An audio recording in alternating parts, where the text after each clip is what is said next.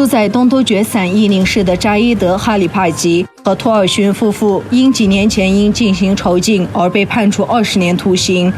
住在土耳其的沙木斯亚·托尔勋在有关他父母的视频中作证说：“我的父亲是伊宁市民政局的退休干部，母亲是从伊宁友谊医院退休。我的父母于2012年去麦加朝觐，回去的时候有一段时间他们来土耳其看我，他们后来返回伊宁，后来2次来到土耳其探亲，最后一次来是2016年。”他表示，自2017年10月以来，他与父母失去联系。后来他得知他的父母被判处20年徒刑。他说他父母已是退休的公务员，没有违反任何国家的法律。沙姆斯亚还得知他的姑妈哈米德被关押在中国所谓的再教育营。他说，我姑妈是伊宁市第2中学的退休老师，不需要再接受教育，但是还是被关押在中国的纳粹集中营中。他呼吁国际社会关注维吾尔人的命运。他说，当我们被关押在集中营时，全世界都沉默，但现在他们受到了中国病毒的惩罚。我担心，如果世界继续保持沉默，将会面临和我们一样的遭遇。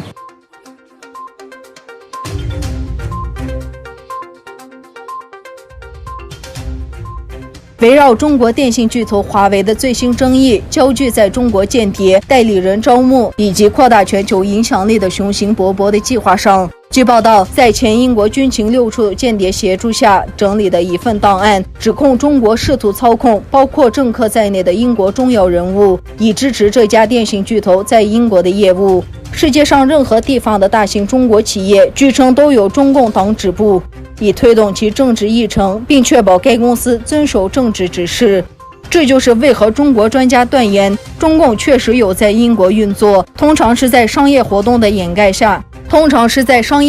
掩护下进行。其中一位说，党的机器无处不在，对中国而言，商业与政治密不可分。中共有9300万党员，许多被安置在海外组织中，他们可以承担收集机密的任务，尤其是在包括电信在内的技术领域。专家说，中共有许多方法来招募或说服这些代理人，以及在外国公司中担任重要职务的个人。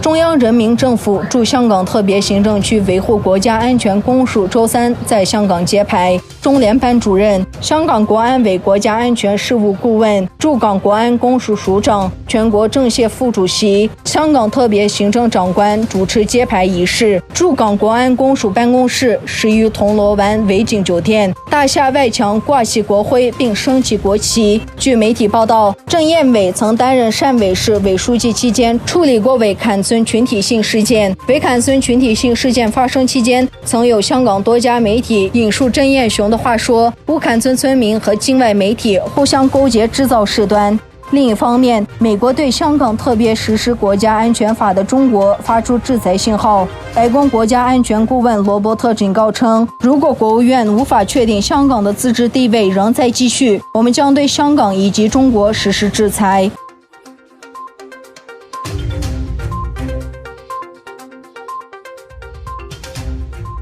俄罗斯和中国否决允许向叙利亚约300万人提供国际援助的机制更新议案，在联合国安理会就延长为叙利亚西北部贫困居民提供跨境援助的提案进行讨论时，俄罗斯和中国行使了否决权。安理会15个成员国中，其他13个成员国都对德国和比利时的提案表示赞同。联合国对叙利亚西北部的援助计划开始于2014年，有效期载至7月10日结束。目前，俄罗斯坚持只能从土耳其的2个边境口岸交接物资，而且该计划只能延长半年，而不是通常的延期1年。叙利亚临时总统穆斯塔法对中俄2国否决延长为叙利亚数百万人提供国际援助机制表示不满。